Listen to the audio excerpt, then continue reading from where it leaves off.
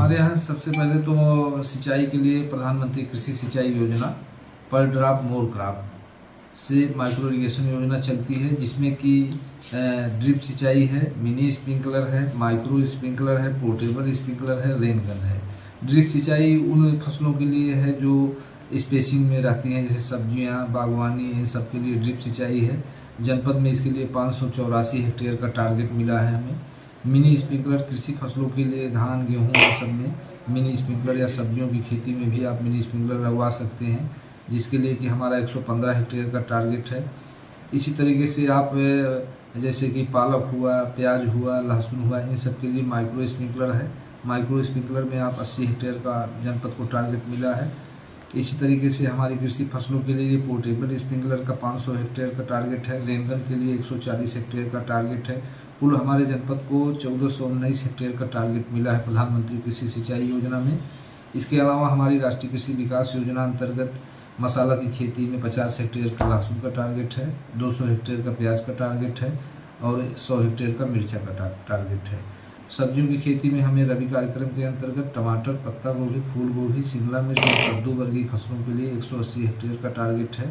तो इसमें हम किसान को प्रथम आवक प्रथम पावक के आधार पर योजना से लाभान्वित करते हैं। सब्जी फसल में प्रति हेक्टेयर लागत 50,000 रुपये है। एक किसान मिनिमम 0.2 हेक्टेयर से लेकर अधिकतम 2 हेक्टेयर तक का लाभ ले सकता है, इसमें कि 40% अनुदान है, 20,000 रुपये प्रति हेक्टेयर।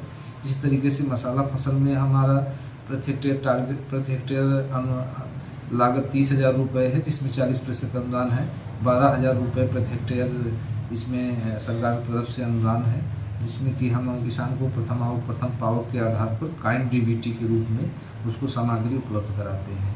इसके अलावा हमारी एक बेरोजगार युवाओं के लिए प्रधानमंत्री सूक्ष्म खाद्य उद्योग उन्नयन योजना जनपद में संचालित है, जिसमें कि हमारे जनपद को 199 यूनिट के अनुदान के लिए टारगेट रखा गया है।